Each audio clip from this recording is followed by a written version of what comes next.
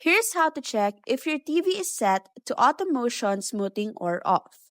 So the first thing that you need to do is go to the settings of your television. Afterwards, you will be redirected on the different options right there, but you have to look for the picture options. Now click on the picture options. After clicking on the picture options, you will see there the picture mode, picture size settings, and expert settings. Now navigate yourself to the expert settings option.